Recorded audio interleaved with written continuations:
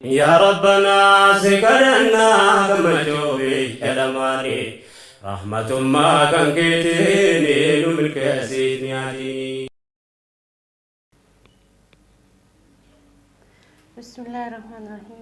السلام عليكم ورحمة الله وبركاته. كوجمتوتا أردفتوتا في جالتمتوتا أردفتوتا نور ميديا نور أكم جرت فيا كيسني هرس كيسما قبضتين دادتين جرا كيسما كيا هرا وجين تورتي غاري أكتاسفنو أبدين قوا كيسما كيا إنو في إسرا إنو إسان نما كمتي كنجدو أفان إساني رابري ولد ديبنا إنو سنين جدو دران رسي كبجوتا تكينا كبجمو كيسما كينا وامتا كينا كبجاني yeroo keessan qaalii san aarsaa gootanii karaa waamicha istiidiyoo nuuf dhufuu keessanii fi galatoomaa ulfaadhaa anaa dhufuun isiniin jenna.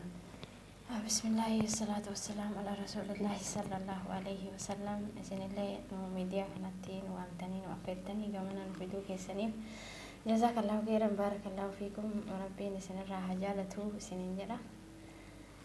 Alhamdulillahi rabbiin bakka gaarii kanattis waliin nu qabee dabalataan ammallee deddeebisee rabbiin nama garanatti wal affeeree kan affeeramis awwaatee dhufu kan affeerus fayyaa nagaan jiraatee gamanatti dhufee waan tokko tokko dhaamsa waliif dabarsu rabbiin haa taasisuun jedha.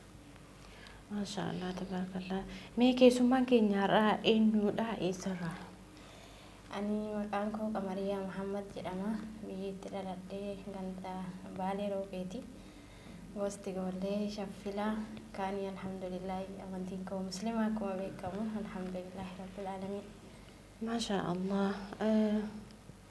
Gaafiif deebii dhuftanii istiidiyoo keenyatti nu waliin gochuudhaaf qophii ta'uu keessaniif galatoomaa jazaakallahu khairan nutis hedduu isin galateeffannaa maqaa Nuur miidiyaa fi maqaa kootiin maqaa daawwattoota kootiin hedduu isin galateeffadha. Mee gaafii jalqabaatitti seenuun dura waan nu affeertan qabanii mee isaan gaafii jalqabaa gaafachuun dura affeerraan qabanii waan isaan jedhan kana walaloo ajaa'ibaa akka ajaa'ibaatti mi'ooftota na dhaggeeffannee waliin deebinaa obboleen kiyyaa walaloo isaanii wajjin turtii gaarii isiniin jennaa.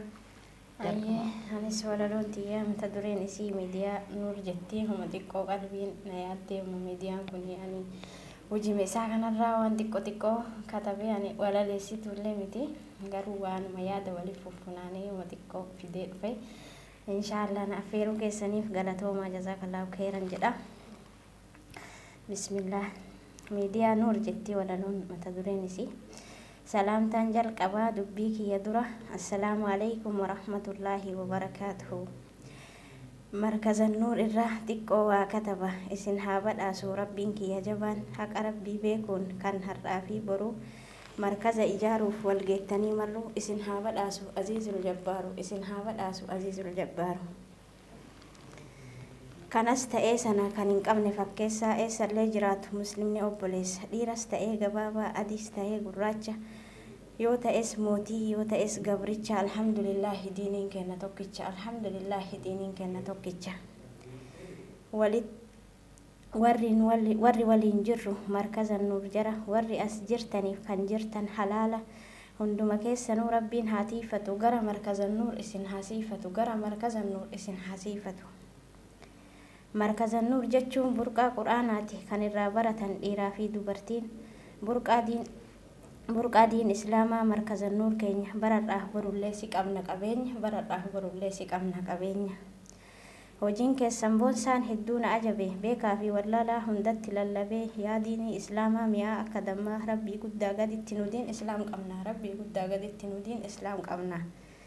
Warri nu barsiiftan ustaazonni kenna warri nutti gootan ifaa fi qabeenya jazaakallaa jedhaa waan jedhu maal qabaa islaamummaa guddoo hunduu waliin qabaa islaamummaa guddoo hunduu waliin qabaa.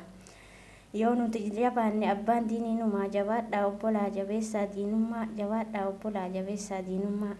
Yaa warra muslimaa barbaadaa wal baraa dogongora jirus irra waliif taraa daandii tokko irraa wal jala hiriiraa. Diinii waliif qoodaa bakkas wal jijjiiraa diinii waliif qoodaa bakkas wal jijjiiraa. maaliif nu doorsisu sila bara baraan dukkanni nu gahaa jabaadha hadaraa islaamummaan hundaaf ni beeka handhuura warri guurii qabdammee of keessaa guuraa warri guurii qabdammee of keessaa guuraa mee wal hin ciniininaa karaa diinaa ciraa akka tokkoon taaneef diinni nutti jira akka tokkoon taaneef diinni nutti jira nama hedduu jira diinni lammii keessa foon keenya fakkaatee addaan nu fageessa jarri jibbaa fidee walitti nu buusa jibbaa daangaa hin qabne nu keessatti kuusa islaamummaan teenya hin dhiifnus bineensa tokkummaan haa kaanu jabaadha obboleessa tokkummaan haa kaanu jabaadha obboleessa dogongora jiruuf dhiifama gaafadha dubbii koo xumuree asitti dhaabadha assalaamu alaykum warahmatullaahi wabarakaatuhu nagahaan jiraadha assalaamu alaykum warahmatullaahi wabarakaatuhu nagahaan jiraadha. Maashaallah tabarakallah jazakallahu khairan kun qophii keessummaa sagantaa miidiyaa nuuf qopheessedha qophiin keenya akkumatti fufetti jira tola jazakallahu khairan gaheen dubartoonni islaamummaa keessa qabdu maalidha? Gaheen dubartoonni islaamummaa keessatti qabdu waan tokko lamas jedhamee lakkaa'amuu danda'u miti dubartiin islaamummaa keessatti gahee guddaa qabdi. Fakkeenyaaf yoo fudhanne durirraa jalqabee seenaa sahabotaa irraa seenaa Aishaa irraa ummul mu'miniin seenaa Khadiijaa irraa namni dura diin qabates namni dura diin kana amanee fudhatee rasuulallah sallallahu alaihi wasallam ummul mu'miniin Khadiijaadha namni dura diin kanaaf wareegames dubartiidha isiin eenyu yoo jenne Sumayyaadha akka hedduutti dararamtee akka hedduu irratti jibbamtee diin kanarraa deebi'uu diddee uummanni Yahudaa kun akka hin taane yakka seenaarraa akka waliin dhageenye sanitti isii wareeganii wanni gaheen dubartiin diin keessa qabdu waan lakkaa'amee dhumu miti kanas jedhamee waan irra gahamuu hin danda'amu miti seenaa durii irraa jalqabee hanga har'aatti warri rabbiin laaffiseef hanga ammaan tanaatti illee diin kaddamuudhaaf hidhatanii diin ijaaruudhaaf miidiyaa adda addaa irratti homa ta'eenuu diin kanaaf dhaabbatanii warri diin oofan irra guddaan isaanii parsantii 100 keessaa 70 yoo jenne ni dandeenya dubartiin diin qabdee deemtii yoo jenne ni dandeenya akka jechi dubartii jedhu qubee 8 irraa yookiin fidala 8 irraa ijaarame san osoo hin taane gochi isaanii yookaan gaheen isaan diin keessa qaban 80 ol parsantii 100 irraa yoo jenne fudhatama ni argata jedha gama kiyyaan. Maashaallah jazakallahu khairan. Barachuu fi barsiisuu keessattuu dubartoonni gaheen isaan qaban gahee akkamiiti? Barachuu fi barsiisuu keessatti fakkeenyaaf yoo fudhannee dubartiin takka yoo baratte barsiisuu dandeetti. Barsiisuu kan ammoo eessaan eegalti yoo jennee maatii isii irraan eegalti.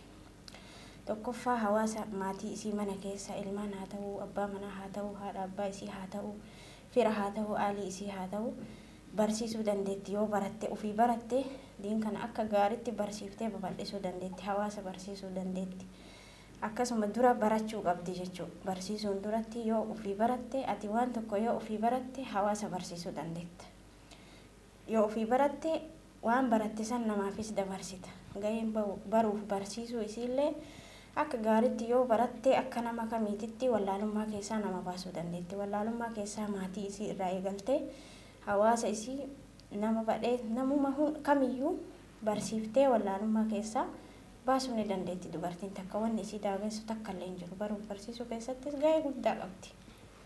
Maashaallah jazakallahu khairan. Diiniif tumsuu keessattuu gaheen dubartiin qabdu? Diiniif tumsuu keessatti yoo jenne dubartiin takka diiniif tumsuuf gahee guddaa qabdi. Dubartiin akkuma seenaan dubbatutti duraan irraa jalqabee seenaa yeroo sahabotaa yeroo rasuula keenyaa irraa jalqabee sallallahu alaihi wasallam seefii qabattes jihaad deemuu baattu warra miidhamanii kufan yeroo sanirraa iyyuu eegalee jechaadha warra miidhamanii kufan deemtee bishaan obaasuun fuutee dhiiga irraa haquudhaan jihaada keessatti jechuudha. Kanaan gaheen isaan qaban diiniif tumsuun dinagdeedhaan qabeenya isaanii kennuudhaan hanga ammaan tana fakkeenyaaf yeroo ammaa kanatti miidiyaa yoo fudhanne miidiyaa adda addaa dinagdee